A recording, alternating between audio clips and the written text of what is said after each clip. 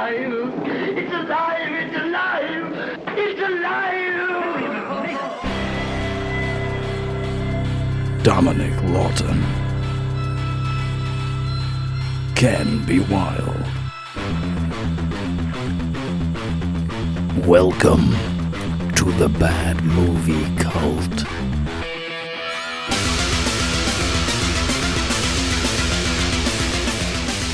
Ken, I can't believe this episode's finally happening. I'm not sure what's happening. What is happening? It's a film, and it's his first rendezvous with us on the podcast from director M. Night Shyamalan. Whoa, Black Betty.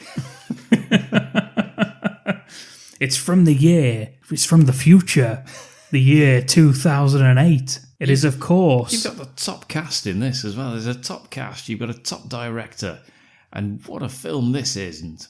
Yes. It's a Mark Wahlberg vehicle, The Happening. There appears to be an event happening.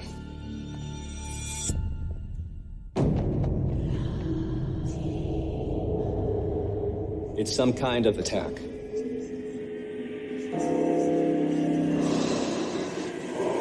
The first stage is loss of speech.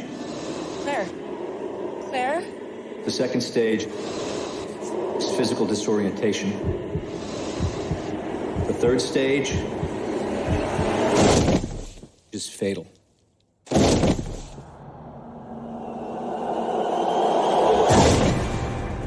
scared, Elliot. It's okay. The attacks are spreading. Boston, Philadelphia. Maryland. It's all over the country. Authorities are now feeling that a terrorist group being responsible is becoming less and less likely. She says everyone's dead outside.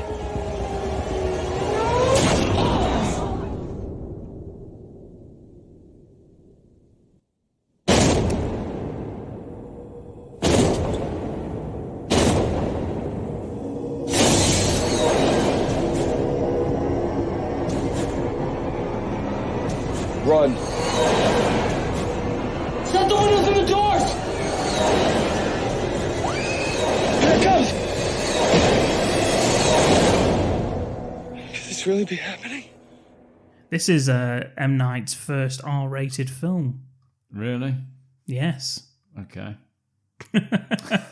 He shot the film in sequence, and when he wrote the script, get this, Ken. Yeah. When he wrote the script, Yeah. he wrote it with Mark. He couldn't be bothered. He wrote it with Mark Wahlberg in mind for the lead role. Jesus Christ. What about his character in this film screams Mark Wahlberg? That if Mark Wahlberg didn't play it, you'd think it's a bit of a Mark Wahlberg type character. This. Yeah, that bit where he's got his Calvin Klein pants out above his jeans, that bit. Yeah. The Marky Mark and the Funky Bunch, that bit where they all talk about that band. Oh, yeah, that's it. That bit. You know, the bit where they say, isn't your brother Donnie Wahlberg? And you were there thinking, that would have been better if it was Mark Wahlberg he said that not to. Danny Glover. You're too old for this shit. Anyway, let's crack into this. It's alive! It's alive! It's alive! In an interview after it had finished, shooting, and just before the reviews for it came out, he stated that we are making an excellent B movie. Who said this? M. Night. Right, okay. He described it as a paranoia movie from the 1960s, along the lines of The Birds, An Invasion of the Body Snatchers, and the farce humour of The Blob. He's named 3 classic films from that era. I'm not sure I was thinking of any of those whilst I was watching this. He's very, very sure that he's made like an amazing B-movie homage, where in Is fact... that what this is supposed to be? I only knew that from his Because I'm watching quotes. this and I have got no idea what I'm supposed to be thinking in this. Yeah. And this is my first time I've ever seen it, by the way. I only watched it like 2 days ago for this. And you're welcome, by the way. I told somebody at work, right? They said, "Oh, what are you watching tonight?" It's in me break, obviously. I'm not just sat there watching films. And I said, "The Happening," and the other guy at work burst out laughing. That's the kind of impact this film's had on people. Yeah, he burst out laughing and couldn't actually tell me why he was laughing for about 3 minutes because he was laughing so much at me planning to watch this film. Yes. For the first time. The thing is, Ken, I was going to save this till the end when we do the wrap up, but he says like the farce humour of the Blob, but he doesn't lean into anything like that. He doesn't lean enough into it being a B movie for you to think, oh, this is a B movie. No. He doesn't lean enough into humour to make you think, oh, it's like a farce humour. Because the Blob was campy as fuck, the Steve McQueen one. There's nothing in this film. He names all this shit, but then doesn't actually tilt towards it enough to the point that when they do humour, you're like, that seems like out of place in this film. I hated it. Yeah, it's very odd. Anyway, we've got Mark Wahlberg. He plays Elliot Moore. Mark Wahlberg regrets working on this film. As much as I regret watching it, Mark. He says, and I quote, "You can't blame me for wanting to try to play a science teacher. At least I wasn't playing a cop or a crook." Which is fair enough, because thinking about it, that's the only films I've seen him in. He plays either one of those two. Oh, except Rockstar. Yeah, and... the one where he's got a dick. Yeah, where he's got a dick, yeah. Yeah, whatever that's called. And I think it's called Dick. Oh, yeah, that's it. Yeah. And what's the other one? He's a fucking Marine. Oh, yeah. The Marine. G.I. Jane. That's it. Oh. That's him. Yeah. Yeah. It's got... I better not say G.I. Jane in Will case Smith fucking Will Smith. Oh. Will, no! Not again, Will! It's alive! It's alive! It's alive! So he's played more than them at this time. 9 times out of 10, he's a cop. You can't say 9 times out of 10. You've given examples of 3 other roles. That doesn't work. That's 7 times out of 10. Well, not when these other 30 roles are cops or crooks. Look, well, fortunately, John Leguizamo's in this, and he's a mathematician. He'll be able to tell us exactly how many out of 10 that would be during the Yeah, during and believe the film. me, he doesn't need a fucking invitation to tell you. We've also got Zooey Deschanel, who plays Mark Wahlberg's wife, Alma. Yeah, never seen her in anything before. I've been well aware of her doing that kooky bullshit comedy that she used to do, Yeah. which I believe she was good in. To me, it appeared that she was doing it in this as well. I've got to say, in defence of anyone who's in this film, don't judge them on their performances on. I have never known a group of actors who I like. Even John Leguizamo just plays the role so weirdly in this film. Everybody in this. No one can speak. Nobody in this delivers a line like it's natural, like they would The ever have tone's said off, it. The cadence is weird. The way they're looking at people when they're saying it's off. I didn't get any of it. None of it. But having said that, what a fucking laugh riot this film is. Jesus Christ. Yeah, what a film. I've got a plot as well for you, Ken. Good. You ready? Yes. A science teacher and his wife struggle to survive a plague that causes those infected to commit suicide. Mm-hmm. Which, as a plot, does sound good. I tell you Except what. the science teacher bit. Yeah, it's a plot that I think they've used in several Japanese films. You know, but we won't dwell on that. Got some keywords for you. Is it a Japanese film? It's survival, Yeah. epidemic, fear. My God, he was in a film called Fear, wasn't he, Mark Wahlberg? Was he? Reese Witherspoon. Nice. Yeah, he was very young. It was high school kids dating, and he was a stalker. He was a fucking big high school kid. Is this his Marky Mark era? It looks like John Cena. He's a big lad in that. Yeah, he scares the shit out of the girl's dad because he's fucking massive. Yeah, and her dad isn't. Violence. Yeah, The I next was quite surprised actually by the bloodshed in this. Quite a lot. R-rated. Yeah. Self-mutilation. Self-mutilatus. Nature. Ah, Talking to a plant. yes. Bees. Not the bees. Lions. Yes. Hot dogs. Yeah. Yeah. Tiramisu. She was my favourite character. Yeah, bless you. And mood ring. Oh no, and one more, which I fucking loved. It made me laugh out loud when I read it. Yeah. No particular reason.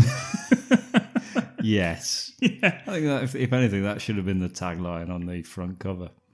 Got 2 taglines for you, Ken. Okay, it should have been no particular reason. Ken, you're going to love these. You're the producer. I'm sitting in your office. You've got M. Night to the left of you, Joker to the right. Here I am, Yeah. stuck in the middle with Zoo. E. Deschanel.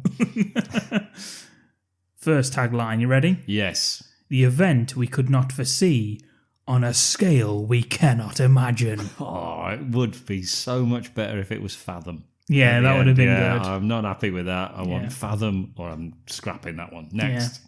We've sensed it. We've seen the signs. Now it's happening. It's too close to the title. Yeah, and it's a nod to the Sixth Sense and Signs that he did before. Oh, is Yeah, it? like with Roadhouse, where they yes. mentioned Dirty Dancing. Okay, yes. We've sensed it. We've seen the signs. Now it's happening. Now he's been allowed to make this shit show. That's Yeah. what it should have been. Well, should we just crack into it then, or what? Yeah, why not, eh? It's alive! It's alive! It's alive! The film opens with The Simpsons opening with the clouds. Yeah. Yeah, it does, yeah. The happening. Dum, dum, dum, Do, dum, do, dum, do, dum, do, dum, do, dum, do, dum, do. dum. Central Park. Central Park, 8:33 a.m. We got 2 women on a bench. One of the women is actress Kristen Connolly, who you may remember as the final girl in Cabin in the Woods. Interesting fact. This is her only scene in the film. She has disowned the movie. She refuses to talk about the film when asked about it. Why would you waste your time asking her about this? I know. I mean, I probably would. Anyway. They're on a bench. They're just talking about a book. What are they doing on a bench at 8:33 a.m. And they're going to get to work. Reading 9 books. o'clock start. Reading books. Yeah. As she mentioned seeing people in the distance clawing at themselves and, is that blood I can see? Yeah, and then we see it, and no, there isn't any blood can't at see all. anything. There's nothing happening at all. It's just people just walking around normally. What we do see is people start to get confused, repeating their words, standing still, sometimes walking backwards. Yeah, everyone has stopped.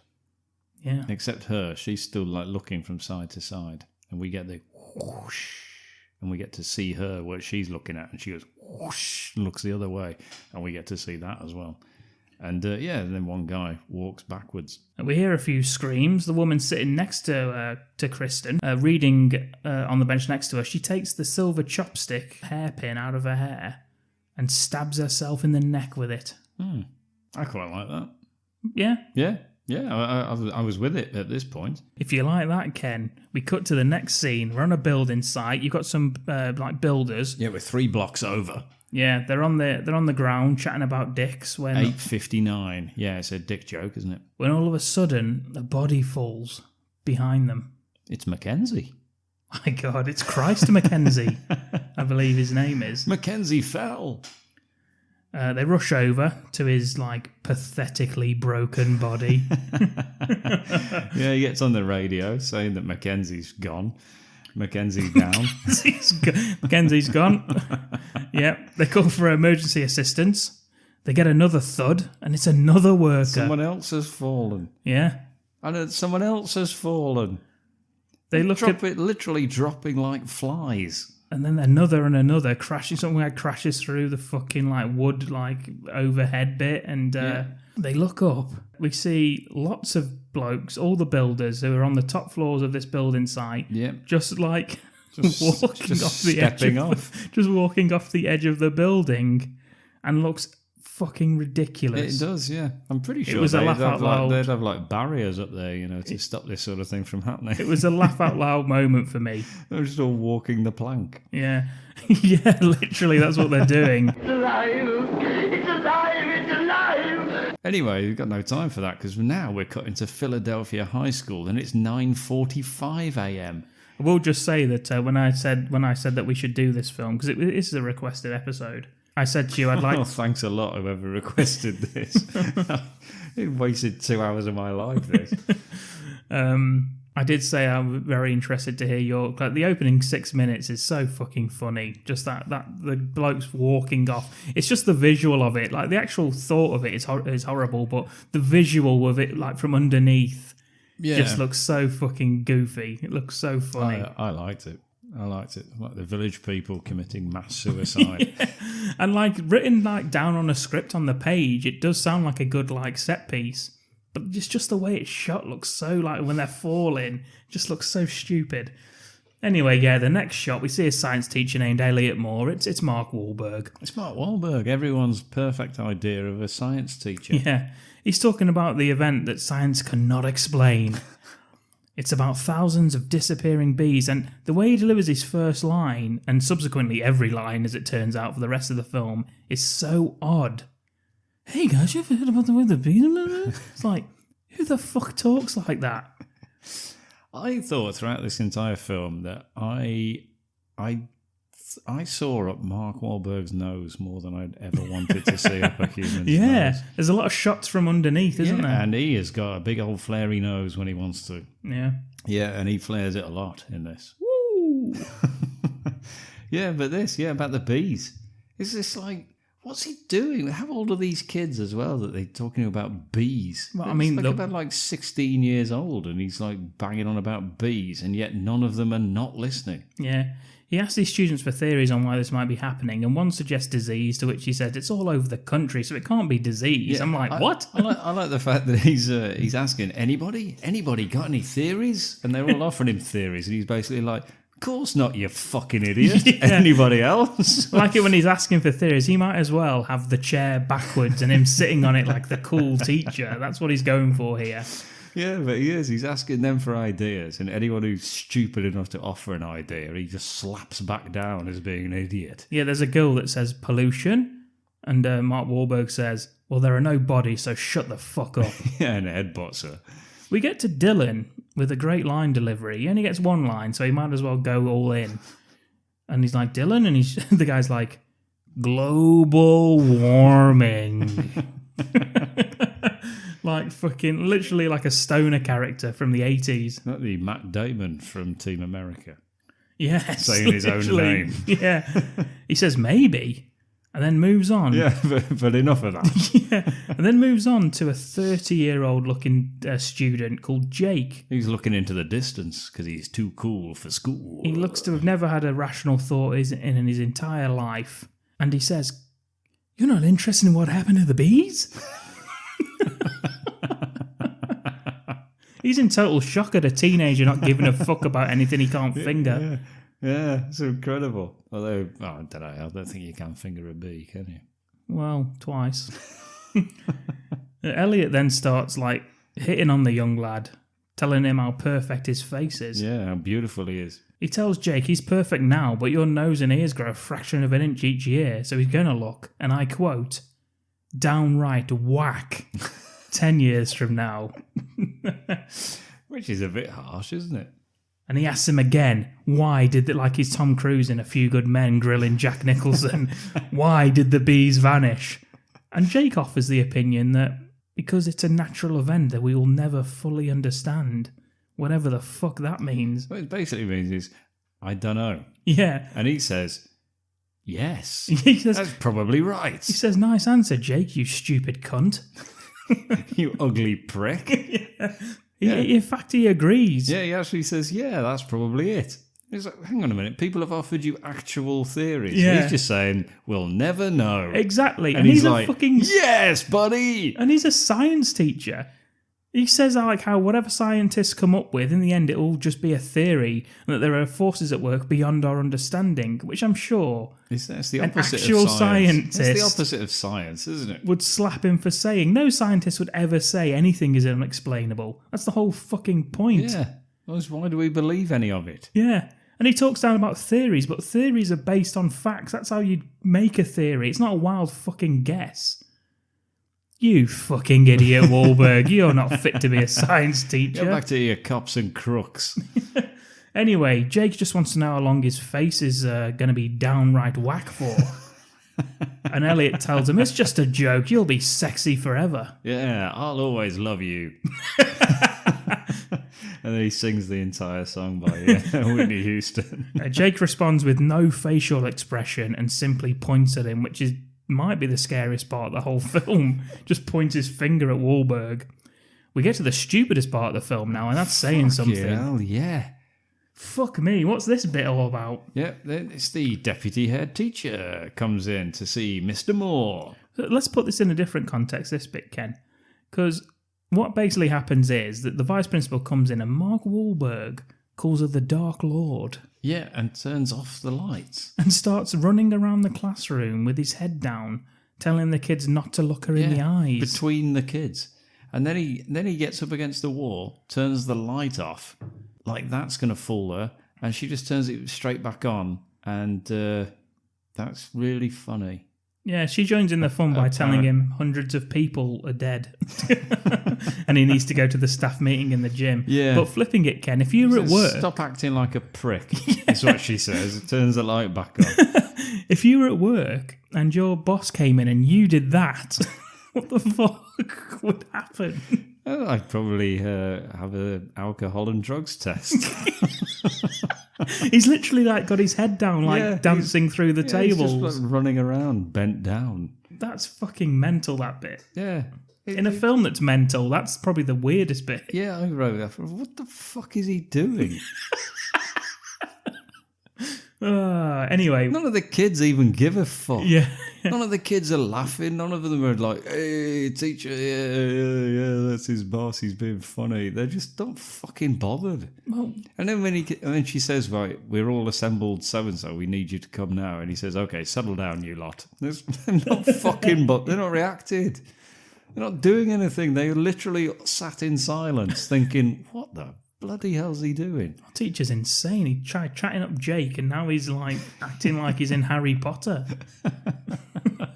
Anyway, yeah, then we go to where all the teachers are gathered, really, really close to each other. Yeah. When Elliot gets there, he's warned by Principal Ferris Bueller's best mate about an apparent terrorist attack in New York, which terrorists have released some sort of gas in Central Park. Nerve gas. And advising that school is cancelled. The principal explains that the warning signs are confused speech, physical disorientation, loss of direction. Bees. I thought patient zero is Gary Busey. When he tells him it happened in Central Park, Elliot says, Central Park, that's kind of odd. And everyone ignores him. Yeah, because it isn't. No. But would he have said that if it was anywhere else? Yes. Yeah, okay. The principal tells them all that school's cancelled, and we cut to Mark Wahlberg with his tie around his head sliding down the banister of the stairs. Woohoo! Shoot off the fire extinguishers. Spring break! No, what we actually see is him telling his students not to forget their science projects for next week. He then gets them to recite an easy-to-remember scientific investigation study rule. Can you remember him, Ken? No. Say them with me. Identify variables, design the experiment, careful observation and measurement, interpretation of experimental data. Yeah! Yeah, spring break. Everyone's like, woohoo! As they leave, Elliot confesses to his friend Julian, who's John Leguizamo. Yeah! He's a math teacher with a love of statistics. Doesn't he just? He tells him that him and Alma are having some problems. Julian responds as a friend would by offering Elliot and his wife to, come away with him and his family out to the city, to his mom's place. And I like how Elliot brings that up about the problems with his wife. And when Julian asks one question, he's just like, whoa, calm down. Whoa. Don't worry about it, okay? Just relax. It's like, you fucking brought it up, you dick. I got the impression that Julian hated his wife. Yeah. Right from the beginning. Yeah. Everything he seems to say was just like, well, I told you not to marry her, didn't I? Basically, because Julian says it, he tries to cheer Elliot up by telling him that he saw Alma on their wedding day crying alone in a room before they got married. Yeah, because she didn't want to do it. I told you not to marry her, and now you have. Now it's your own fault. He says something like she'll never turn up for anything or something, he says, doesn't she'll he? never turn up for you. Yeah. I think he says, yeah, so he's like, she's not on your side, she's not, and all this. It's like, thanks, buddy. Yeah. Just what you want to hear, isn't it? Anyway, how about that terrorist attack, huh? What? There's been a terrorist? Whoa, why are you all over my case? Cut to the massive eyes of Zoe Deschanel. I've written Zoe wide-eyed fuck. Her eyes are massive. They are, but it works when she's playing a kooky, crazy character, not when she's like a straight bloody role like this. It doesn't work. It's annoying. She's watching the TV news about the attack. She gets a call on her cell phone from her cellular phone from Joey. How are you doing it? It says. How could you possibly be doing that? Yeah, from that series. Big fan of Friends. Yeah. Yeah. Love that character, Joseph. Yeah, he's always funny when he's asking people how they're doing things. Yeah. Yeah. Yeah. She ignores it, puts it on the table, watches it vibrate as her eyes get progressively bigger somehow. Yeah, somehow they're now like they're round the back of her own head. Her eyes, they're that wide. It's like Judge Doom from Who Framed Roger Rabbit. Yeah, her eyelids are actually off her face. Elliot gets home. It turns out that Alma speaks just like him with the same sort of awful line delivery and inflection. Yeah, which is good. That's probably how they got together. Yeah, because we hear a news report about this chemical changing electrical signals to the brain causing hallucinations, asphyxiation and paralysis. It's basically flipping the preservation switch. And her line is, "It makes you kill yourself. Just when you thought there couldn't be any more evil that could be invented." It's like, what? You idiot. That's her first line and I'm already annoyed by her. Yeah, I hated her pretty much all the way through. Yeah. Elliot fucks off to go and pack, not forgetting his favourite mood ring, which he slips on his finger. I like the fact that she's just been at home and she's already packed and didn't bother packing anything for him. Absolutely, yeah. Maybe John Leguizamo's got this bang on. Yeah, well, it's statistically... Yeah, he's figured it all out. Yeah. Just with a massive spreadsheet and stuff. Quick shot of the newspaper with the headline, "Philadelphia, murder rate soaring," right next to an article about menagerie breakouts and dietetic foods. Alma gets another call and hangs it up and tries to act casual about it in the fucking worst bit of acting I've ever seen. Almageddon. Another call. Yeah. That's what they should have said. When she answers the call, we hear a voice say hello. Fun fact, the voice of Joey is Matt LeBlanc. Yes. Alma! How are you doing this? Could I call you anymore? That's like, shut up, Chandler. He's in the background. Yeah. It's the voice of the movie's director, M. Night Shyamalan. Really? Yeah. I didn't even know anyone spoke. Yeah, who cameos in all of his films. That's his cameo, is it? Yeah. Right, because he still thinks he's Hitchcock. Yes. Right, okay. Yep, exactly. Elliot and his wife, they're at the train station to flee to, outside Philadelphia on the train. Julian and his daughter Jess. This is the first time we meet little Jess, 8 years old. That's right. Elliot asks Julian where his wife is, and she says, she's out shopping. She's getting the next train. Why would you go shopping during a terrorist attack? Because you might need things. Yes, but we do find out later what she's gone shopping for. Yeah, it's not what she needs, is it? No, it's mental. But anyway, no, she's out shopping. She's getting the next train. We don't ever meet her, do we? No. Alma works out that Elliot told Julian about them fighting and has a go at him in front of his fucking mate, telling him that this is our problems to sort out. She's a very private person, Yeah, and then she just takes her ticket and goes and sits on her own on a train that they're all getting on. To flee a terrorist attack, as far as they know, and she just thinks, "I'm just going to sit on my own." That will make them think I'm not weird. Yeah, she said, "I need to go and sit on my own to calm down, and by the time we get there, I'll be okay." She takes the ticket off John Leguizamo and says, "We probably won't get to sit next to each other anyway," and leaves. It's like, could that make Elliot look more of a cunt if he tried? Honestly, she tried. Honestly, it's just like, yeah, maybe he was right. Yeah. Maybe everything he said in that short little speech about her is spot on, because she's just been a dick since we met her. I mean, the thing where she's saying, it's our problems. You don't need to tell every fucker you walk past about our problems. I get that. That's fair enough. But the way she reacts to it and the way she just, causes a scene in front of the mate, it's like, fucking hell. Plus, it's not really that much of an argument, is it? It doesn't seem so. I mean, We don't really know what the problems are, do what we? they're bloody arguing about. No. Mark Wahlberg wanted a chance to play a science teacher and decided to play it like he'd shit himself in every scene. That's my note, because he's just line delivery. He's like he's shit himself and he doesn't want anyone else to find out. That's like the line delivery I'm getting from him. Mark Wahlberg's forehead was so furrowed by the end in confusion as to what the hell's going on that Jim Carter set it as an obstacle race. He should have got some sort of like supporting actor credit. Because he just looks confused throughout all of this. And I kind of thought, I wonder if that's how I look when I'm watching this. It's just like... That is his face. Yeah, he's just like doesn't understand anything that's happening. No. Yeah, and nor did I. So, fair enough. That bit, he got me convinced. The movie, we move on. We're in Rittenhouse Park in Philadelphia. There's a woman, she's walking a dog. We get a breeze beginning to blow. Yeah, wind in the trees. We get a traffic cop. He's walking through the traffic jam. He stops and talks to a taxi driver called Sal about the chilly weather.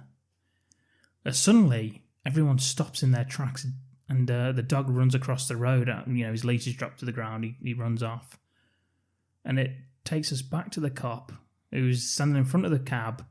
We hear a gunshot. It's from like the legs. It's like just the legs, isn't it? We see. Not Leguizamo, just actual legs. Yes. And a gunshot, and the policeman drops to the ground, blood spurting from the bullet wound in his forehead. Forehead. Nobody shoots himself in the forehead. How would you even do that? Nobody shoots himself in the front of the head. No. Except for him and then Sal. When he gets out, picks the gun up, shoots himself, falls to the floor with a bullet hole in his forehead. It's not practical. And then the woman in high heels steps off the sidewalk, picks up the gun again, and we hear another gunshot, and then obviously we're presuming it's her that's dead. My question, Ken, is, so if this flips us, so our brain is basically telling us to kill ourselves all the time, and it's only this one thing that's stopping us from literally grabbing anything and killing ourselves. Yes. That's fucking ridiculous. Yes. Surely if It's rather than the fight or flight, it's kill yourself or don't. Surely it's like... It's the only two options. Surely you would have to think that you want to kill yourself for your brain to not block that thought. No. It's just instantly just kill yourself. No, it's like the remake of Chucky when when the guy like fixes the anti-violence inhibitor. Why the fuck would you have one of those built into a kid's toy? It's like that kind of thing. That's what we've got built in. Suicide. Yes. That's the constant thought. Yeah. That's how we were all created.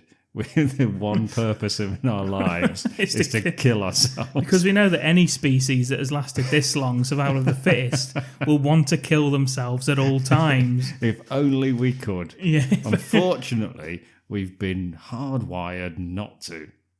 If only that could just be stopped. Back on the train, you got people, they start to get reports by cellular phone.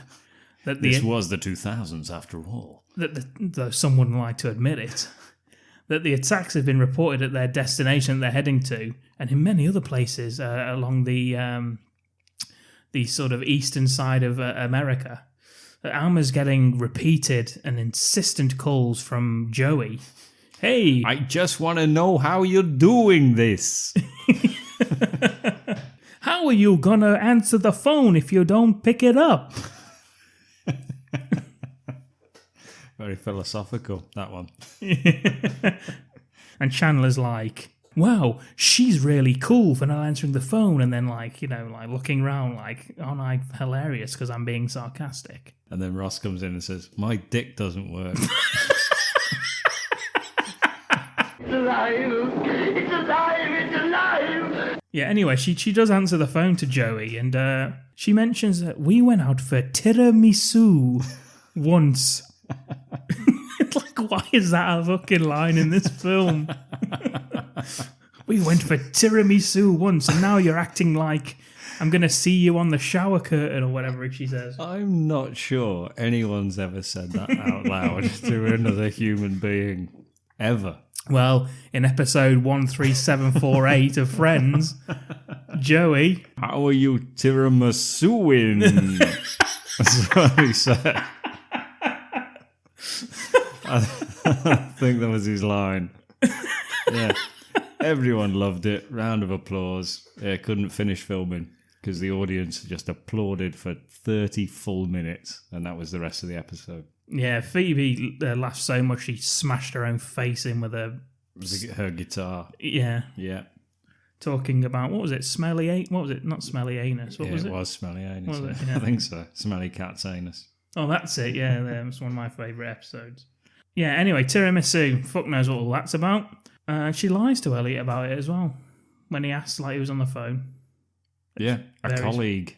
A colleague, yeah. A colleague, she says. Even though we've not seen her at work, we don't know what she does. Julian calls his wife but can't hear her and asks her to text him. She does, saying that she got on a bus to New Jersey heading for the town of Princeton, and that's an actual quote. The town of Princeton. Mm-hmm. That's what you text. Elliot immediately gets the connection of it happening in another park when he's told. Another park? That's kind of odd, isn't it? And they ignore him. Yeah, and just looks around with his nostrils flaring wildly, knocking people over. Yeah. Yeah, and just looking confused with his furrowed brow. Yeah, they leave him and all the other passengers. It's a small little rural town. They're not happy about it. Obviously, they go and see the train workers. Yeah. And just says, what's going on? He says, we lost contact. He says, with whom? Everyone. Yeah, Elliot asks the train drivers where they are and stuff, and the train drivers answer every one of his questions, don't they? They do, yeah. And they Elliot don't want to. You get the impression they don't really want to, but they just do, because, why not? Yeah, and Elliot responds by shouting in their faces, saying, why are you giving me one useless piece of information at a time? It's like, because that's the fucking question you've asked. Because I'm literally answering what you said. Yeah, lost contact with everyone. Yeah, where are we? We're at Filbert. There's a big fucking sign that says it right there. I already knew where they were because I read the sign. Yeah. Meanwhile, Julian, he whispers to Jess to reassure her, and he tells Alma that Jess whispers when she gets scared. Alma, with her big, scary eyes, advances on Jess without blinking and says... like a fucking vampire. Yeah. Says how similar they are and that she doesn't like to show her emotions either. I was like, well, no, she is showing her emotion. She's whispering to tell her dad that she's scared. Anyway, Elliot comes she's just doing it quietly and not in front of the fucking mental woman. It's just shouted at everybody in front of the whole train station and then pissed off on her own. That's what she's doing. It's none of her business. That's why she's whispering to her dad. Elliot comes over and tells Jess that nothing bad will happen to them in such a small, pathetic town like Filbert. It's Filbert. Yeah, and they all head inside the local diner. Yeah, he must have been going, shit. Yeah. Shit, I get those specials on. Yeah, it's the diner from Demon Wind. Yeah, I'm going to get the hot link sandwich. Get that going now. At the diner, they see a newscast that suggests the suicides are not caused by a terrorist attack, but in fact a natural phenomena. The report says that the toxin switches off the part of the brain that keeps us from harming ourselves, and at which point Elliot gives his mood ring to Jess to cheer her up. Yeah. Why the fuck is a grown man wearing that big fucking comedy mood ring? Science. That's fucking stupid. Everybody had them back then. What a ridiculous affectation. Oh, no, hang on. No, that was 2008. Nobody had them by then. Yeah. Everybody had them before then. In the 80s. In the 80s, 90s, yeah. Yeah, you go from the put the money in and twist the fucking knob and it falls down. Which is how you knew it was legitimate, because it cost at least £1. Yeah. A fucking 40-year-old man wouldn't have one of those things. And it just looks ridiculous. But anyway, as he's doing that, we get a random woman who leans over and says, hey, look at this video I was sent on my iPhone. It shows a man. Yeah, you'll like this. It shows a man walking into the lion's den at a zoo and holding his hand out to the lions to get them to attack. And they do, and he must have some sort of autoimmune disease because his arms fall off like he's made of fucking marshmallow, this man. Lions can't just rip your fucking arm off. Of course like they can, they're lions. You want to try it? Well, no, but of course you don't. But lions are they chew and tear and stuff. They literally just grab his hand and pull, and his arms fucking off. Doesn't even knock him off his feet. That's because whatever it is that's happening is also switched off the marshmallow lions arms. Can't rip your arms off gauge. It's flipped the marshmallow arm switch. What a ridiculous way to commit suicide. That is... no, this is the second most ridiculous way to commit suicide in the film. Yeah, right. Yeah, okay. Yep. I'll bow to that one because I know which one you mean. Yeah. Yeah. Julian, meanwhile, he's like... I remember watching that video like, who the fuck's recording it? Thing is, the first time it happens, is it like every real animal attack where it's something's about to happen and then somebody just like starts to film the ceiling or something instead. Yeah. So they've got all the build up to the animal attack, and then when it happens, they just go "Whoa!" Yeah. with the camera. Because I've seen so many shark attack films where like videos. You know, not so many. Perhaps it's not a hobby or anything, but if I've seen one, I think, yeah, go on now, watch that. And you get to it, and then as soon as anything does happen, the camera just goes, and you can't see anything whatsoever, and then it cuts back, and you see like nothing there at all.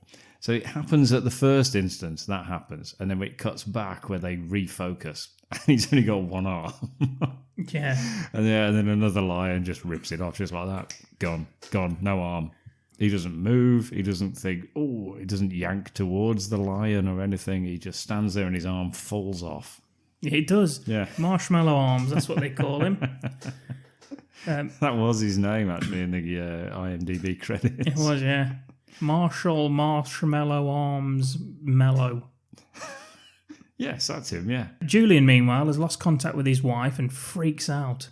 As people are fleeing the diner, obviously worried about lion attacks as well as terrorism at this point, some fucking do-gooder stands up, tells them that whatever's happening isn't happening about 90 miles from here. So yeah, everyone gets up and leaves. Yeah, it's because of the TV, isn't it? They've got a TV and there's a map and there's 90 miles away is safe. Julian finds a lift from some people heading to Princeton. Do you know what I think is weird in this bit, right? Everybody runs outside, gets in a car and fucks off. Yeah.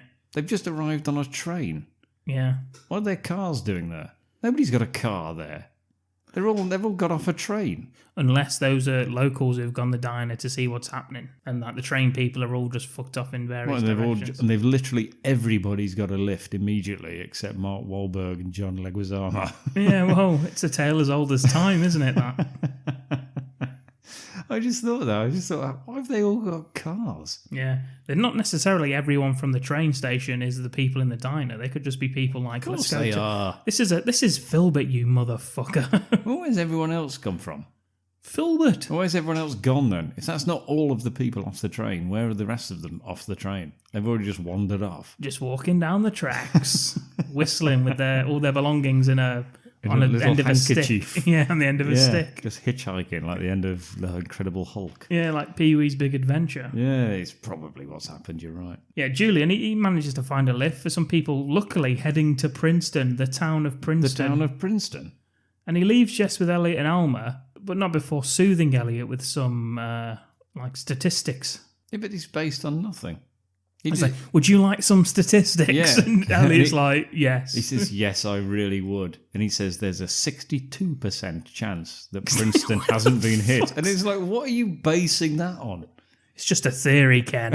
No, but seriously, you can't have statistics based on theories. Surely statistics are based on fact. You can't have theory based on fucking nothing. There's got to be some sort of truth to it for a basis. Because but he just made that up. Yeah. There's a 62%. He said, well, that's a shit percent, isn't it? That's just over half. But anyway, yeah, he's like, okay, then bye. Yeah, Alma takes Jess's hand, to which Julian goes all fucking weird on her, and he says... just punches her in the face. says, don't take my daughter's hand unless you mean it. Earlier in the film, he told Elliot that Alma is the type of person who would never be there for you when you needed her. Mm-hmm. So, as I say, I'm guessing that, if you promise to look after my daughter... Yeah. Don't start crying on the day you're scheduled to marry her. Yeah. It's basically what he's saying. Yeah, and she responds, Alma, by big wide eyes. They're like the bright lights in It. Yeah, and just blinds John Leguizamo. Turns his hair white. In a situation like that, Ken, it seems massively idiotic to leave your daughter alone. Like, my wife is probably dead. I better go and kill myself. I better go and either make sure she is dead or kill myself on the way. And make sure my child grows up without either of her parents. Yes, that's the best thing. Bye. That seems ridiculous to me. For me, if that's happening, And Hey, this is the happening. yeah, and I am not leaving my daughter with my mate and his mental girlfriend No. to go and look for his wife, who they lost contact with hours ago, and we found out that Princeton's fucking probably been hit. 62% chance it's okay, based on nothing whatsoever. Meanwhile, Elliot and Alma decide, along with everybody else, to flee for the state line with Jess. Luckily, they get picked up by two of the members of the Manson family. It's alive! It's alive! It's alive! Yeah, they're picked up by the Manson family. They're a nice couple who they run some sort of like... Are they like a farmers or something? It's like a nursery, isn't it? It's like a plant nursery. Yeah. Do you know the guy? Yeah. The guy of this couple? Yeah. Frank Collison, his name is. Yeah. He's been in quite a lot of shit. Oh, Brother, Where Art Thou? Yeah. I know he's definitely in that.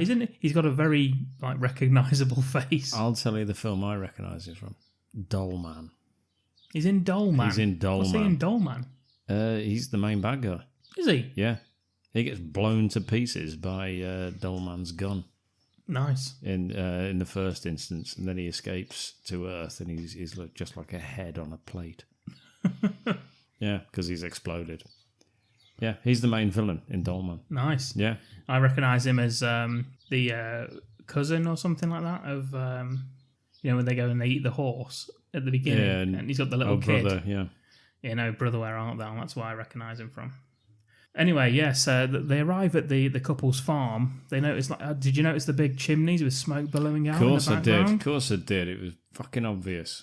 I feel like this would be a perfect double bill with Birdemic. I was thinking Birdemic. You know, when he mentioned the birds and stuff like that, I was thinking Birdemic more like this. Yeah, it is like Birdemic. They head inside one of the greenhouses, which is when the farmer gives, for my money, Ken, one of the best monologues about hot dogs since Ernie Hudson in The Crow.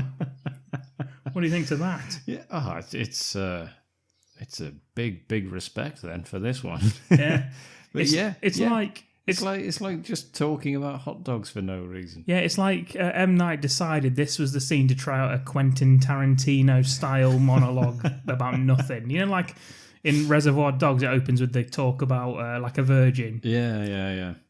And he's like, I'm going to do it, but instead of that, I'm going to do about hot dogs. Yeah, by a farmer. We're packing hot dogs for the road. You know, hot dogs get a bad rap.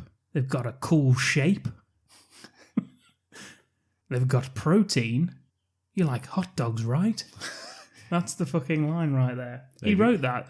Like, I've written it word for word. Like, if I was writing a script and that was a line for a character, I'd be like, why the fuck am I writing that? We don't need that, do we? Yeah, that's the first thing cut. But anyway, it stays in. Elliot and Alma just shrug it in, which is probably the most realistic response to anything in the whole film. I think Alma actually does the crazy loco. Coco Loco. Yeah. With her like rotating finger around the old temple. Just like... Yeah, that one, yeah. It literally rotates like on a kebab skewer. Yes. He also has a theory explaining what's happening out there. He thinks, Ken, listen to this, Ken. I'm with you. He thinks it's hot dogs that are causing it. Think about it, Ken. What do they sell on every street corner and park in America? Hot dogs? Yes. Thank What goodness. does every single warm-blooded American patriot eat at least 3 times a day? It's gotta be hot dogs. It's fucking hot dogs. God damn. Here's a question for you, Ken. Yeah. Would you rather, Yes. one of these games, Okay. have hot dogs for fingers Mm-hmm. or Mark Wahlberg for a dick?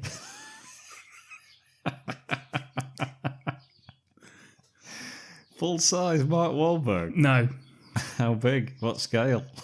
5 inches. 5-inch Mark Wahlberg. Yeah, Has he got arms and legs? he has, Is but it his just feet, is it just his face on the end? his feet, are part of you, part of your mons pubis. But his legs can separate and stuff Why? because he's maneuverable, and his arms move and stuff.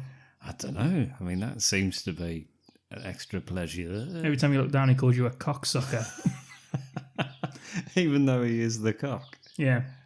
That's unnecessary, isn't it? And John Leguizamo for an anus. What's he doing? Talking outside of his mouth. Dropping statistics at you non-stop.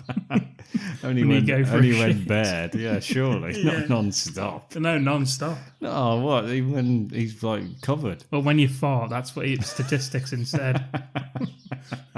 So I can fart the statistics in John Leguizamo's voice. Yeah. And I can also have sex with women as Mark Wahlberg. Well, not as Mark Wahlberg, using Mark Wahlberg. Using him as a device. Yes. Or hot dogs for fingers. Oh, that's a tricky one. You've also got to brush John Leguizamo's teeth, which I don't think you're remembering. It's alive! It's alive! It's alive! I'm going Wahlberg dick, Leguizamo anus. Thank you. I'll add it to my notes. Thank you. Oh, it was a tricky one. Basically, because if I had hot dogs for fingers, I don't think I'd ever get to use my real dick anyway. Why not? Because I've got hot dogs for fingers. That's not attractive. Nobody's going to want to think, oh, I hope I can. But a woman's going to be really impressed by you having Mark Wahlberg as a dick. Of course they are. Like fully clothed Mark Wahlberg in The Happening. Yeah. Mark Wahlberg. Yes. Asking her about bees. Yes. Well, What's he's John talking as well. Yeah, it's him. Okay, No. This isn't a dick that looks like Mark Wahlberg, Ken. This is Mark fucking Wahlberg, 5 inches, attached to you, flopping around, upside down. His hair's flapping about and stuff. How has this happened? Alternative universe. Multiverses, Ken. Blame Marvel. So it's either that... Maybe we should ask him what he'd rather. No, Because I don't think he'd be happy with this. No, he's grown from you. He's always been with you. This isn't Mark Wahlberg as you know him. This you've grown up with him. You call him... he's grown up.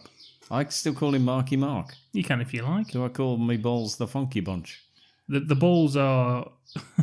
Don't give me more people. Okay, it's bad enough. Or John Leguizamo as an anus, or hot dogs for fingers. I'm going with Mark Wahlberg as a dick, Leguizamo as an anus. No chance of me hot dog fingers, thank you. It's alive! It's alive! It's alive! Actually, as it turns out, I did misread my notes. The farmer actually thinks that plants are the cause of all this. Not power plants, Ken, like we saw outside. No, nuclear. Really? Not Led Zeppelin frontman Robert Plant and his family. The plants. He means actual plants. Oh, right, okay. Not like undercover agents. Oh, right, okay, not them either. No. He used to be a bit more specific, doesn't he, this guy? Yeah, exactly. This guy who owns loads of plants. He needs to be more specific about which particular plant he's talking about. Yeah, because I'm pretty sure Mark Wahlberg thinks he means like a CIA plant. I think he does. Yeah. I think he mishears him anyway. I think he says pants are to blame. That's why he takes his trousers off immediately. He explains the way plants can communicate with other plants and the way they can release chemicals to get rid of specific pests. Yeah, which of course, we just think, he's crazy. He's crazy, and nothing that he says here is got anything to do with this film. Yeah. He starts talking soothingly to the plants, saying that they respond to human stimulus. Mm-hmm. Starts wanking one off. Yep, and himself. Using the leaves. The soothing dock leaf. Whilst maintaining eye contact with Alma at all times, asking her about hot dogs. Yeah, that's because her eyes are so big that he can't look away. If this was 50 Shades of Grey, he would have used a nettle. I did. It's a Venus flytrap. Oh, that's smart, I can tell you. Rocky Horror Little Shop of Horrors. We cut back to Julian in the truck. When he gets there, Princeton is also infected, and there are dozens of people hanging from the trees overhead. Yeah, that's a shame, isn't it? That percentage shit was rubbish. Yeah. And I also like how they don't see any of them until they're pretty much underneath them driving. And then the fat girl in the back starts freaking out. Thankfully, John Leguizamo is there with a math riddle. Mm-hmm. He says, here's a math riddle for you.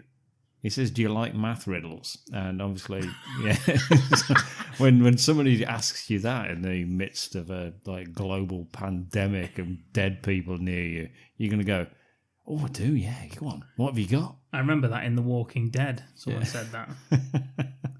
It was John Leguizamo. Oh, that was it. Yeah, you're right, yeah. He said, if I give you a penny, and then the next day I give you 2 pennies, and then every day doubled the amount. So like 4, then 8, the next 4. That's right. Yeah, that's doubling, yeah. Thank you. Just clarifying. He said, each day for a month, how much would you have? By the end of the month. Yeah. And she says... He's already on $8, by the way, if you remember. Sorry, 8 cents by the time he got to the fucking 4th day. She decides that it's probably about $30. But she first says 10. Yeah, she says $10. In which point he just stares at her until she ups it a little bit. And I think he does just stares at her. to say, the fuck? I think eventually the highest she goes is $30. Yeah. That's the top end. That's top whack for her. She doesn't know any numbers above 30. She's happy with $30. That's surely the answer to this question that has just been asked by a stranger in the worst situation she's ever been in her life. $30. That's not the answer. It isn't. What's the answer he gives? It's over $10 million. $10 million. It is. If the month had 31 days. I fucking looked it up, mate. Oh, nice. It only has 5 million if it's 30 days, obviously, because it would have doubled by the next day. If it was February, you'd just have over 1 million. So, you'd be a bit more specific with your questions, John. Yeah, I know you're trying to take her mind off it, and she's a fucking idiot anyway, and she said 30. But to say 10 million, that's only 7 months. That's just over 50% of the year. I'm sure you'll be able to give me the statistics of the accuracy of that. But that's 7 months out of 12. It's $10,737,418.23, to be exact. But only in a month with 31 days, John. Anyway, that's enough of that. Oh, look, there's a hole in the roof. Yeah, he says, hey, you want to hear another one? And everyone says, no, we fucking don't. Well, the driver sure doesn't. So much so, in fact, that he deliberately crashes the car into a tree at high speeds. He stops in the middle of the road, doesn't he? He breaks a minute and then, I love that. I love the fact that, do you want to hear another one? And then you don't see anything else until they just crash. It's as if the driver was just like, I'm just going to fucking kill everyone. I'm fucking sick of this. She's going to say 30 again. So we might as well just die. Yeah, which is kind of like how I imagine Ken's road trips go, to be honest, whenever anyone asks him a question. Most of them do end with me ploughing into a tree. He deliberately crashes the tree at high speeds, and interestingly enough, when they're actually in the car, the only one not wearing a seatbelt is John Leguizamo. But the driver flies through the windscreen. And someone else does. And I thought, oh, that's John. But no. No, he gets out, doesn't he? Yeah. And he seems to be okay. He was in the front seat, wasn't he? Yeah. Because he was looking back at this fat woman. Yeah, and the fat woman was behind the driver. So whoever flew through the windscreen would have had to have gone through John Leguizamo to get through the windscreen. Well, there's a 74% chance of flying through John Leguizamo if a car hits a tree at a certain speed. It's simple mathematics. He gets out anyway. He's totally fine. Yeah, he gets out. He's not dazed at all. He's up. Oh, fuck's sake. Sits himself down in the middle of the road, grabs a piece of broken glass from the crash, starts slashing his wrists. Oh yeah, he's dead. It's a shame, man. Yeah, I really liked him. He was like my favourite character. He was talking about math. We cut back to Mark Wahlberg and his wife, Zooey Deschanel. They're on the road. They see bodies up ahead in the distance. There may be bodies ahead. That's what he sings. And Elliot confirms this by having a look through some binoculars. And we see that his ring is now blue, which means he's having a shit. Well, I can correct you there, Dom. Nobody has a shit in this film. Oh. Thank you. Thank you. Maybe next time, guys. There's a few close calls, but no, nothing. I had a shit whilst I was watching it. Just on the chair. It's alive! It's alive! It's alive! a mother from one of the other groups, she gets to hear her own daughter kill herself over the phone, which is nice. That is nice. Yeah, we get a new character, by the way, an army guy. Yeah, he turns up. He starts like just telling people. He looks terrified, doesn't he? Mm-hmm. Says everyone at the barracks is dead. The little girl over the phone, when Mark Wahlberg listens in, because she's in Princeton, the girl is, asks, oh, what's going on in Princeton? Like, oh, everyone's dead outside. I've just saw a fucking statistician trying to get in, telling me a fucking riddle. Ended up killing him. I fucking hate riddles. And she says, I see in calculus or something like that. I think she says, I see calculus. Yeah. What the fuck does that mean? It's gobbledygook. It doesn't mean anything. First sign of the deadly virus. And yeah, she ends up killing It us. doesn't mean anything, though. Even if it was like, you can't... What do you mean you see calculus? Why have that in it? Maybe she was doing her homework at the time. Bullshit. Anyway, yeah, she's dead. Yeah, and Elliot finds out that Julian is most probably dead, and this is too much for Elliot, who heads off into the bushes on his own to finger his ring, which makes it turn bright red, as it turns out. Yeah. That's what happens. Yeah. Jess comes over to make sure he's okay, and he says that he sure hopes her dad killed himself before the lions got to him. Jess falls into his lap crying, and he consoles her as Alma looks on from a distance. You remember in Ghostbusters 2, the guy who knocks on Sigourney Weaver's door, make sure she's all right when the power cuts off. Mm-hmm. She's like, yeah, I'm fine, shuts the door. And then when he leaves, he's got like headlights for eyes down the corridor. Yeah. That's kind of like what she's doing at the minute here. She's like staring from like 20 feet away, but they know that she's staring at them because her eyes are so big. That's because she's going do do do do do do do do do do do do. X-ray cat. Yeah, exactly. That's how they can sense it. Yeah. They decide to appoint the 18-year-old army private as their leader. They abandon the cars and they strike out on foot, heading for a small remote housing development. One man who appears to be a real estate agent knows about. It's that's because this guy's still talking about plants communicating and all that shit. And the army guy says we must find a safe zone, and then they say it's Arundel. Arundel's our safe zone. Which obviously, if they'd ever seen the film Frozen, they'd know that is not a safe zone because the princess keeps turning everything to ice and causing total chaos. This is the first time Ken has ever used a current film in his. This is a bit like segments. Yeah, so there you go. There you go. It's Elsa. Elsa's causing chaos in Arundel. So if only they'd ever seen the film, available on Disney Plus, then they would have known that. Anyway, yes. During the walk. Where they're now just on foot. During the walk to this frozen wasteland of Arundel, Zoe Deschanel decides to come clean to Mark Wahlberg about what's going on with Joey Tribbiani on the phone. And she tells him the shocking truth. She doesn't say tiramisu, which is unfortunate because I'd have loved it if she just explained that to him. But I think that would have pushed him over the edge. Yeah, he'd have gone, that's our dessert. he'd have been like, tiramisu? That would have been a good line. Tiramisu, she shouts back and runs off. It's alive! It's alive! It's alive! Yeah, so she comes clean. She says that once she told him that she was working late. But what she really done is she went for dessert with someone. A man. And now he keeps ringing her. Yeah. That was A it. co-worker. Yeah, that was it. Shocking stuff. He says, "You lied to me?" And that's the end of that scene. So she's like, From the junction before they left there, it should be pointed out that some of them take a minute to get things from their car and some carry on. Oh yes, two groups. Yeah, so you got Elliot, Alma and Jess there in front in a group of about 10 or 12.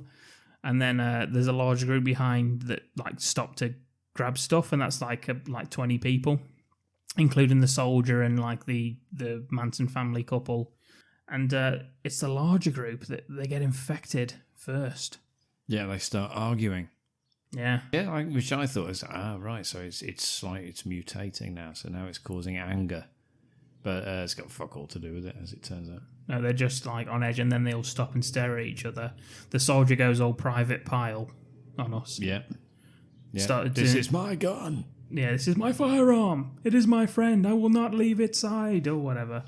And then starts walking backwards towards the plant couple. The husband's just staring like, I've never seen this before in my life. Yes, plants. That's what he's thinking. Hot dogs. Hot dogs, plants. Elliot's group, they hear the gunshots because you see that the army guy takes his gun out of his holster. We hear gunshots, and then you presumably, like, they're all killing themselves basically one by one. Elliot starts to believe that it is actually the plants. The toxin is triggered by large groups of people. Though, they're all asking him questions, and he can't really compute. He's standing there looking confused as ever. His nose is wide as fuck. And he's just there, just looking confused, and everyone's asking him questions and questions and questions, and he's like, thinking. And tells them all to shut up. I will point out that Alma is unbearable in this scene. Holy fuck. It's like, shut the fuck up. And here's an example of Mark Wahlberg's range as an improvisational actor. Mm-hmm. He delivered the line himself. It wasn't in the script. No way. Be scientific, douchebag. What he says to himself. That was ad-libbed. Wow. And they left it in the film. Wow. You know what his plan is? Go on. It's also the same name as one of our albums. Go on. Stay Ahead of the Wind. Oh, yes. That's his fucking... Yeah. He actually says, plants, we're the threat here. We're the threat. We were the smaller group. This is what he figures out from nothing whatsoever. He also recites his scientific bullshit that he said to his students before. Yes, bees. Yeah. He says, he just shouts bees. He's like, test the data, blah, blah, blah, blah, blah. And then he comes up with stay ahead of the wind after he runs it through his... Yeah. Small groups. Run from the wind. Run from the wind. And they do. They split up into smaller groups. And I shit you not, we get a chase scene with the wind chasing Mark Wahlberg through a field. That's the sort of stuff you could write, and nobody would take that. That's the sort of stuff we would come up with on this fucking film pitch. Mark Wahlberg chased by the wind. Yeah. Yes. The group peels off into the three smaller groups, all running away in different directions. And unfortunately for Elliot, Alma, and Jess, they're paired with two annoying teenage twats called Josh and Jared. Especially Josh. I fucking hate that kid. Man? That actor's been in other things, and I hated him in those as well. I should point that out. I don't know either of these two. The group, they end up finding the show home place that they were looking for before, like the new development. We get a bit of comic relief. Elliot talks about a plant he sees blowing inside and introduces himself, saying he's giving good vibes to it, so there's no need to harm him. And it turns out it's just plastic. It's plastic. Everything's plastic. It's a model home. None of it's real. You silly Mark Wahlberg. We get a brief scene with Elliot. Although, to be honest, that was probably one of the best interactions of the film. Him and a plastic plant. It's better than talking to his missus. Yeah, I'm glad she wasn't in it. We get a brief scene with Elliot and Josh sitting in the dining room, and Elliot telling him about how in nature they found large quantities of a primordial bacteria that disappeared billions of years ago that just suddenly appeared in the water off the coast of Australia. Toxic to humans, fishermen who come into contact with it are dying, and Elliot says that this on top of the bees disappearing, little harkening back. Don't forget those. He's preoccupied. I wonder if he's got like at his home like a board with like string and bees in the middle. I think he has, yeah. What, like he's tagging every bee that exists? Exactly, like he's on the hunt for a serial killer. All of them. Yeah. And, he says that on top of the bees disappearing and how sexy his 15-year-old student is, he feels like it's just all a pattern. He goes on to say stuff like, what happened in Australia usually has a crest and then it stops. They just have to survive until it's over. And Josh dismisses this because he's Josh and he's a prick. And he says, I don't believe it's nature. He's a kid and he's just like, what the fucking hell are you talking about? As they leave, they look back and we see two small groups of people arrive at the show home. And as they all arrive, they form into one large super group. Yeah, and he keeps saying, oh my God. Yeah, they have to leave, you see, because he says other people will come here. Yeah. And there'll be too many of us. And as he leaves, he turns around, he has a look and he says, my God, look, more groups. Of course, that many people, Ken, together, 15 people, that triggers the toxin. They stand around confused, except for one man. He's not confused, is he? He knows exactly what to do. He knows exactly what to do. He's giving us the best death of the film. We talked about it earlier. It's happening now. What happens, Ken? What he does, he's there and he thinks, well, I'm going to kill myself. I'm not sure how to do it. Hang on a minute, what's that there? It's a massive ride-on lawnmower. So he goes over, he flicks the switch, he somehow negotiates it to turn around in a very sharp turn, and just lays on the grass in front of the lawnmower. So the lawnmower turns around in a very sharp turn, as I said, and just runs him over. He just vanishes under the blades of a mower.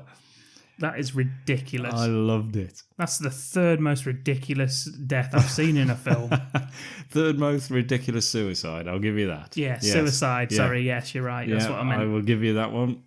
We've covered the second. We still haven't done the first, but we will get to it at some point. But yes, why the fuck would anyone do that? And the actual effect on that's awful. It's just like a spray of red, isn't it? Surely he could have killed himself without having to use that. I know, that seems massively over the top or elaborate. Still, there we go. We're carrying on with our group. They stumble across a farmhouse and Alma tells Elliot that they need to stop as Jess is only 8 years old and she's hungry. Mm-hmm. Elliot responds by telling them that he finds the girl who works at the local pharmacy very attractive. Yeah. Sometimes he buys cough syrup from her when he doesn't even have a cough. That's superfluous cough syrup. I love it. That's what I've he written says. the line, I'm talking about completely superfluous cough syrup here. Superfluous Cough Syrup was one of our albums. It was indeed, yeah. Yeah, very well received, actually. Yes, by Mark Wahlberg, who bought it when he didn't need to. Yeah, which was a nice surprise. I knew we'd marketed that right. Alma gets all sad and asks him if he's joking, to which he nods, and she says thank you. It's a very odd scene, and we move on. Yeah, fuck that. Anyway, they all end up on the front porch of the boarded-up farmhouse, asking for food. Jess is playing on a rope swing suspended from a tree branch. I thought, this might be an interesting sort of death set piece here. Yeah, because Alma says, what sort of tree is this? He says, I don't know. Yeah, what the fuck should I because know? obviously he's not based in trees, is he? No. But then he says, maple. A maple tree? He's just always up a tree. That's his base of operations. He's in his... That was the nursery owner. That's where he used to be. He was based. There were these hot dogs. His wife used to fire hot dogs up to him like the T-shirt things for the sports events. He was like, just straight in, down his throat. He'd be there catching them in buns. Yeah. Just like, blah, blah, blah, blah. Hit me with another.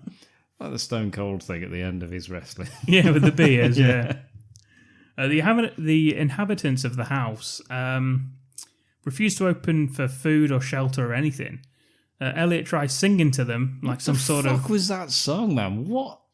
As if that's going to make him think that you're normal. Yeah.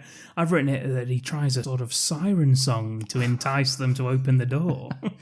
Yeah, we're okay. We're not infected. Here's a shit song, sung really shitly by me, who can't sing for shit. Can we come in now? Yeah. Yeah. Well, it's quite the opposite.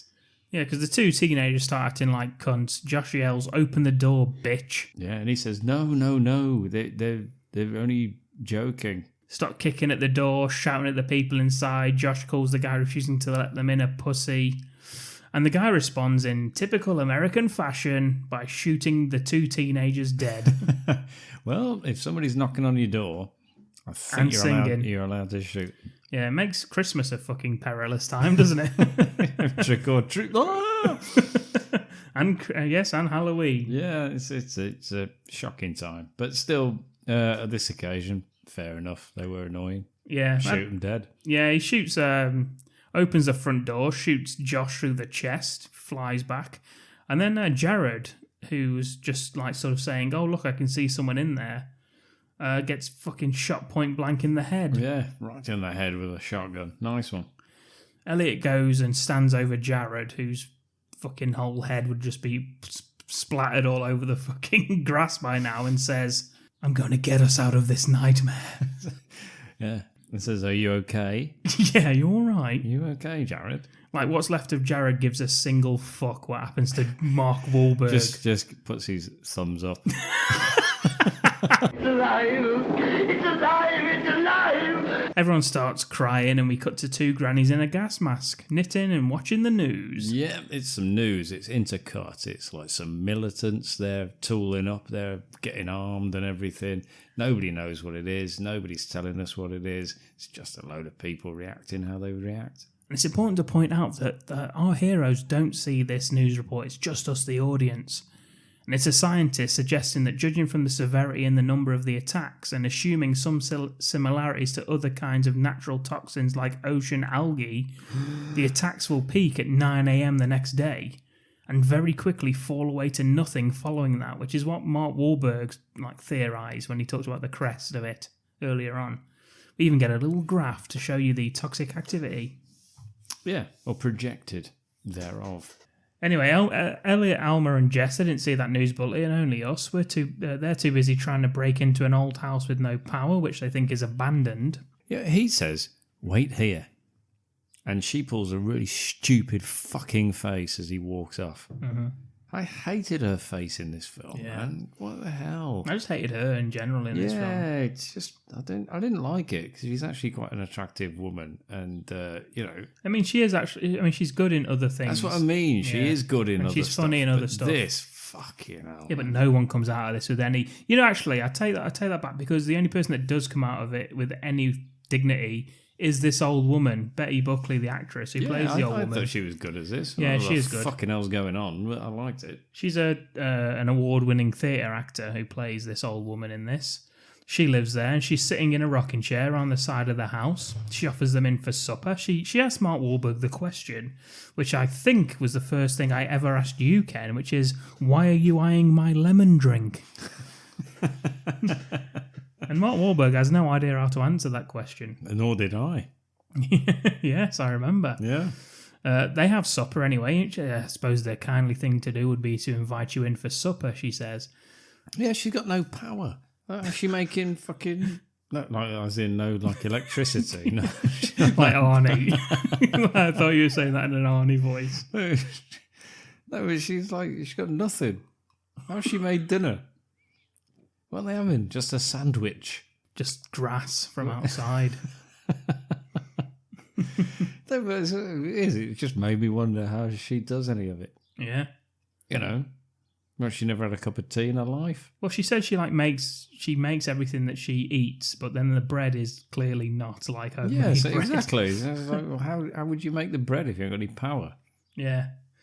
You've got to have some power to make bread. You don't just put all the ingredients in a bowl and hope it makes bread. What you do, Ken, You've got to heat it. So how do you heat it without any power? I'll tell you exactly what you do. You put all the ingredients in a bowl, mix it up with your hand, and then just throw it in your own face, and then just catch That's whatever. how I eat Alpen. That is, yes, you're right. I eat muesli like that. I found out Ken eats muesli that way. He just puts his hand into the dry box. Yeah, and just throw it with my mouth open. Yeah. Yeah, throw it into my own face and hope I get enough nutrients. I remember seeing you do that at work. Yeah. Caused quite a stir at the time, but yeah, that's how he's supposed to, isn't it? I don't know. I didn't take any lessons, did I? No, well, who teaches you that? Nobody. You just got to find that out on your own. Those sort of and that's things. how I figured it out. Life lessons, kids. Yep. They have supper anyway, and the old woman tells them about a spring house in the back that was used to hide people from slave chasers. It also has a speaking tube running under the ground to the main house so that you can hear each other like you're in the same room. It seems totally unnecessary to tell anyone this. It must be a superfluous point and will never come back into play. Hot dogs and slave chasers. That's M. Night Shyamalan. Yeah, that was his album. We went head to head with one of ours. It's alive! It's alive! It's alive! The old woman asks about their relationship as Jess reaches out for a biscuit that's on the table, saying about who's chasing who. Like, there's always in a relationship, there's always one chasing the other, and Mark Wahlberg raises his hand. And then they all have a little laugh, and then the woman... Because ours is like, oh, yeah. Because she ain't going to fucking say anything. She don't give a shit if they live or die. She screams at him this is our relationship, it's private, don't fucking... Stop telling this old bitch everything. Yeah. Oh, the old woman ends up slapping the hand of Jess, who's reaching for one of the cookies. Yeah, don't take what's not yours. That's what she says. It is what she says, yeah. And as shocked as everybody is, nobody says that that's unnecessary or, in fact, inappropriate. Yeah. Until they're alone later on, then she moans about it, like, oh, I couldn't have done anything. Yeah, she gives Elliot the stink eye, and he just changes the subject, saying, oh, do you have a radio? And she says, I don't have a radio. I'm completely cut off from the outside world. I grow my own food. I make my own clothes. I eat my own shit, and I wear my own dick. No, it doesn't make sense, but that's how I live here. However, don't tell me anything that's happening in the outside world, because I don't want to know. I don't give a shit. I hate you all. I wish you were dead. Please, let me show you to your rooms. She's a bit of a contradiction, to be honest, this woman. Yes. We're not really sure what the hell's going on. Still, they think, well, we will stay. Thank you. You've been ever so nice. Yeah. Apart from slapping the kid and telling us we're all twats. Apart from that, thank you very much. You're all right in my book. We will accept your hospitality. That's classic British hospitality. No, you can't piss on it. I won't allow it! Exactly. Elliot and Alma, they put Jess to bed and they whisper to each other. Alma apologises about going for tiramisu with M. Night Shyamalan. Yeah, as Joey Tribbiani. And she says that she doesn't like the woman that lives there. Elliot tells her that they need to keep Jess safe and this is the best way to do it, and they'll head off in the morning. Elliot takes the opportunity to... They whisper that to each other. Elliot takes the opportunity to look into the hallway and the old woman is standing there in her nightgown. Yes. She tells him that she heard them whispering... Are you planning on stealing something? Yeah. Are you planning on murdering me? In my sleep? Are you planning on creeping into my room at night like some midnight customer? And he says no. And that's the end of that scene. Cut to the morning. Elliot wakes up in the house, totally empty.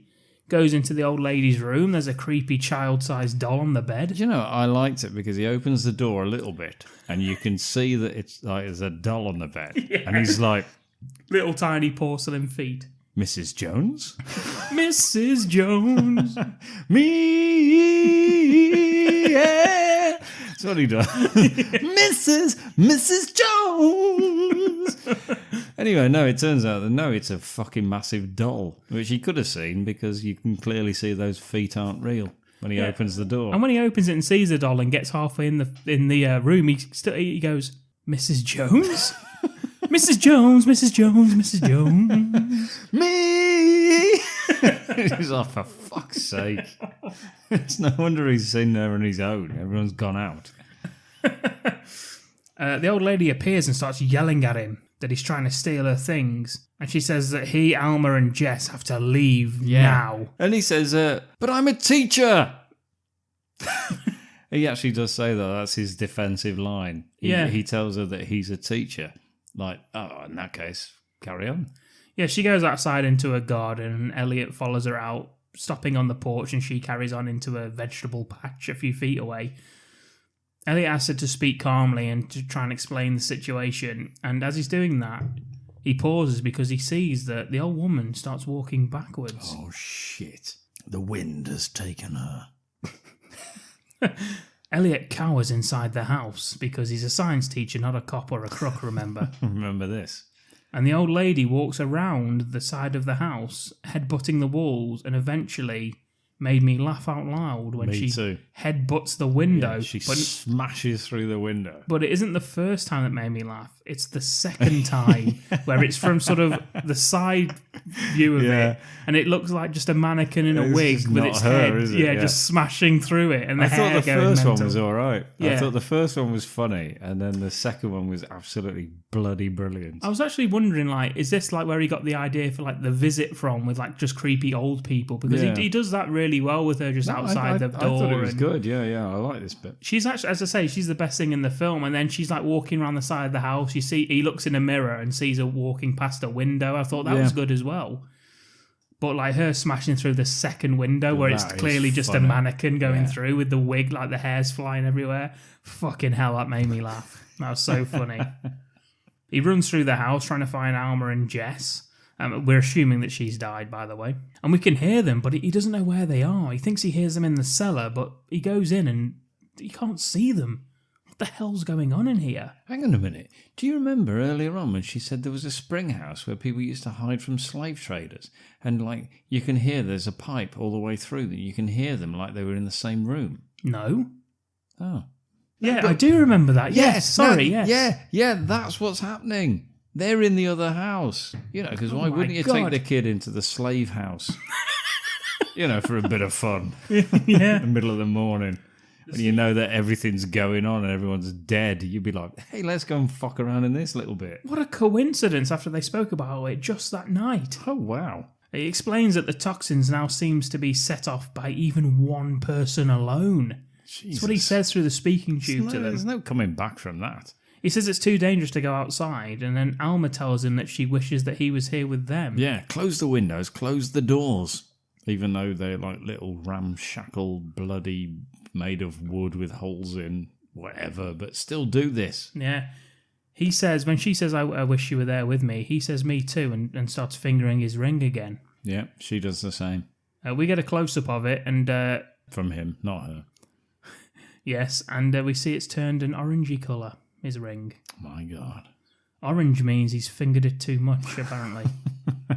Orange is the point of... no return. Too much fingering. We'll kill you. Every time. That beautiful song by Brian May. Elliot reminds her of their first date, which once I'd written down the dialogue, Ken, it actually reads like a conversation from 50 Shades of Grey. Allow me. Okay, but if I get too horny, we're going to have to go.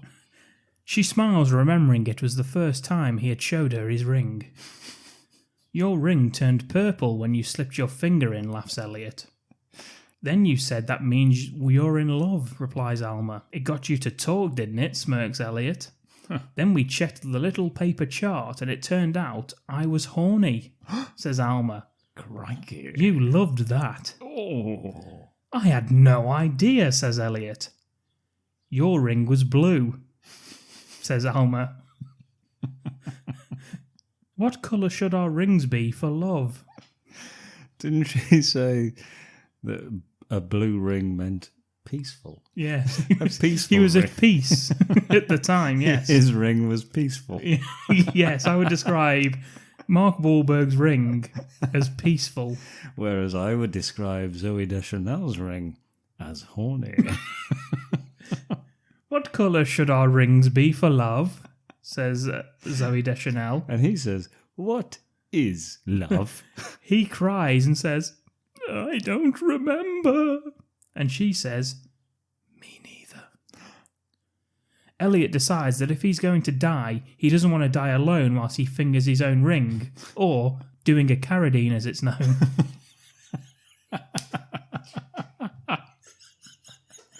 Hand-to-gland combat. Oh. We might have to cut that one. I don't think so. It's alive! It's alive! It's alive! They all leave their safe hiding places and walk out into the middle of the garden. Yeah, he says, I'm going to come and be with you. And she says, okay, I'll bring the kid. Yeah, against her will, if she wants to or not. Because if we're going to be killing ourselves, we might as well bring the child. Yeah. They walk into the middle of the garden, close-up shot of them holding hands. There's wind in the trees as they walk together. The wind's blowing, but nothing happens. We get a caption telling us that it's 9:58 a.m, therefore they've ridden out the crest of the infection. And I actually thought that it would have been a better ending, Ken. I don't know what you think about it, but I thought it would have been a better ending if they'd have kept that close-up of them holding hands, and then we see them start to walk backwards until they lose their grip from each other, and then they end the film. So basically telling you that they did die, but they chose to be together in the last. I thought it'd be better if it finished about an hour ago. It was like a half-hour episode of a sitcom or something. Why can't we be friends? Just as the ending credits. What are you doing about this? Says Joey. Could you have been any more suicidal? Says Chandler. Yeah.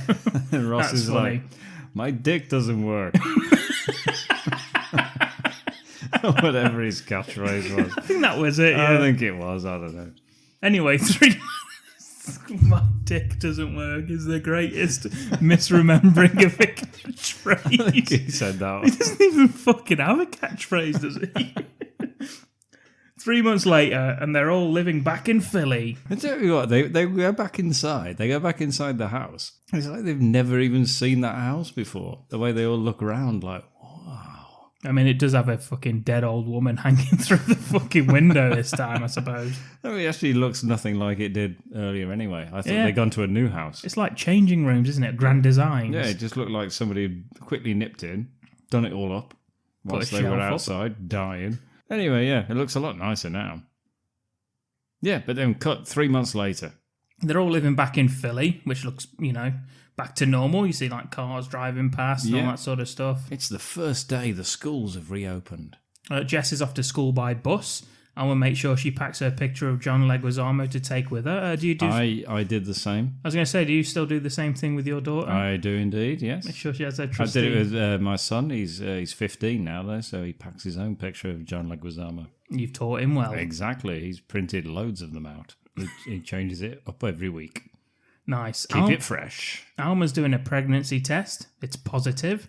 Yeah. She's annoying doing that as well, isn't she? Where she's I like shouldn't even trying say to be anything. comedic. Yeah. She's like, oh, doop, doop, I tell you what else is she might as annoying. well just be going, doop, doop, doop, doop. As she's looking away and looking back and looking away, looking back. And she's like, fuck off. I tell you what else is really annoying is when she's outside and she doesn't say anything. She's just swinging her arms about. Jesus. When Mark Wahlberg's walking up the street. Yeah. And Mark Wahlberg reacts like how I think I would react if like a girlfriend of mine was doing that in the street. He Yeah. just stops and just stares at her Yeah. like, what the fuck are you doing? What would be better if at that point he started walking backwards, but not because of this, but just to get the fuck out of there because she was a mental case. And then he just turned around. He turned around fully and ran off at top speed. That was what would have been a better ending. That would have been. That was better than mine. I was trying to make mine sort of like poignant. Yours is just like more like realistic. Yeah, mine's just like what would happen. And she carries on doing like the arm swinging, but really rapidly. Yeah. Just So her arms are like flying about. just flailing around in the air. Yeah, and her head's bobbing from side to side. Yeah, her eyes are massive. Yeah. But no, Anyway, we also get a scientist. we do, but I will say that, she's outside. She gives fucking, through just the sheer acting ability of the two of them, we find out that she tells Elliot that she's pregnant. He's delighted. They hug. Meanwhile, on the TV, we get a scientist warning that the event was like a red tide, that the planet is rejecting humans as a pest, and that ultimately it's an act of nature and we'll never understand it, so fuck it. I like the fact that the news reporter who's asking the questions of the scientist says, we've got a question here from Kay, who says, how come it started and is to spread rapidly at 8:33 on Tuesday, yet finished very suddenly at 9:27 the next morning? And he's just like, what the fuck am I supposed to know? Jesus Christ, Kay, how about that for your bloody like spot on details? Like Kay's there with like 8:33. Write that down in case I've got a question tomorrow. Oh, yeah, finished at 9:27, has it? Right, well, wait until I get a hold of the news reporters. I'll be asking about why. Who gives a fuck? Yeah. Just be happy it's finished. Jesus Christ, Kay. The scientists have got more things to worry about than why exactly at this time did it start and why exactly at that time did it finish. Fucking hell. Leguizamo's dead, for God's sake. We cut to the gardens at the... Anyway, Kay, if you are listening... Fair enough for asking, you know. Cut to the gardens at the Louvre in Paris. Louvre. Two guys are walking, discussing plans after work that evening. Cue a distant scream. One guy starts to repeat his words about a bike. Yeah, about his bicycle. One guy gives us one of my favourite line of the film, which was simply, Mon Dieu. Yes, one of our old... Which... I've always enjoyed the French exclamations, but Mon Dieu is superb. As this is all happening, we carry on with the TV report. So we also have another question from Dom from the UK, and it is, what would you rather have? Hot dogs for fingers or Mark Wahlberg as a penis? The credits roll, the film ends, and we never get an answer to that question. We don't, which is weird because I offered an answer, and I'm not a scientist. Well, that's the classic. Not yet. That's the classic M. Night twist, though, isn't it? Yeah. Never find out. That is the question. That's the question not only for the scientists, but a question for you, the viewing public. And I think it's the question that he wanted you to come away with from the film. Mm-hmm.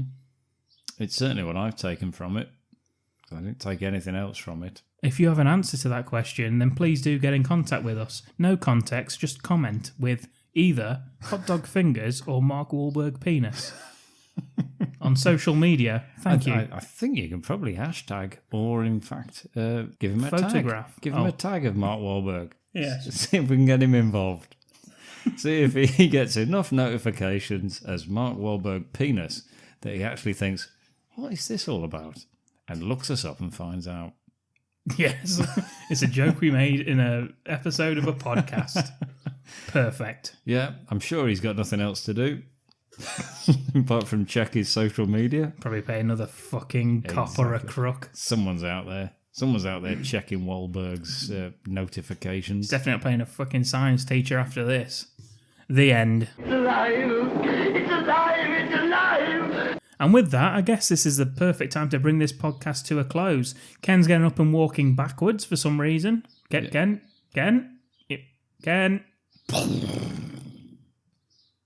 I see in little silhouette of a man. Scaramouche, Scaramouche. Shall I do the fandango? You can also find us on Twitter. And we're back. We'll sing that for you as well if you like. Facebook and Instagram. You want to discuss this week's episode with other cult members? You can. You just need to search for Bad Movie Cult Discussion Group on Facebook. All links, as always, will be available in the show notes. And if you enjoyed the podcast episode and you're wondering how the hell do we support these young bucks? These sexy young fuckers. These sexy, slimy, stoaty... Slimy. It's sly old foxy stoat. Sly old foxy, stoaty, Mark Wahlberg-dicked young studs. If you're wondering that, all you need to do is follow, like, or subscribe to us on whatever platform it is that you listen to us on. It's that simple. It's easy. And if you can leave us a rating or review on that platform, that's even better. It helps us get found by new listeners and lets us know that you love us. Because that's all we truly... It's all we really want. We're just looking for appreciation. Just want acceptance. And constant praise. Oh yes, if you can offer constant praise, please do. You can also find all previous episodes as well as written reviews of films not covered on the podcast on our website. That's www.badmoviecult.com. We will be back next week, and we'll be back with another movie review, deep dive, and maybe even a film picture if you're lucky. Right here on the Bad Movie Cult podcast. Thank you for listening, and thank you to my co-host, Ken B. Wild. Thank you, and thank you. See you next week. Goodbye. It's alive! Dominic Lawton. Ken B. Wild.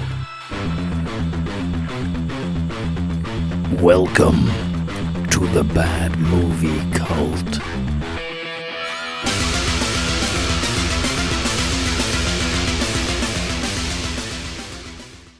However, don't tell me anything that's happening in the outside world because I don't want to know. I don't give a shit. I hate you all. I wish you were dead. Please, let me show you to your rooms.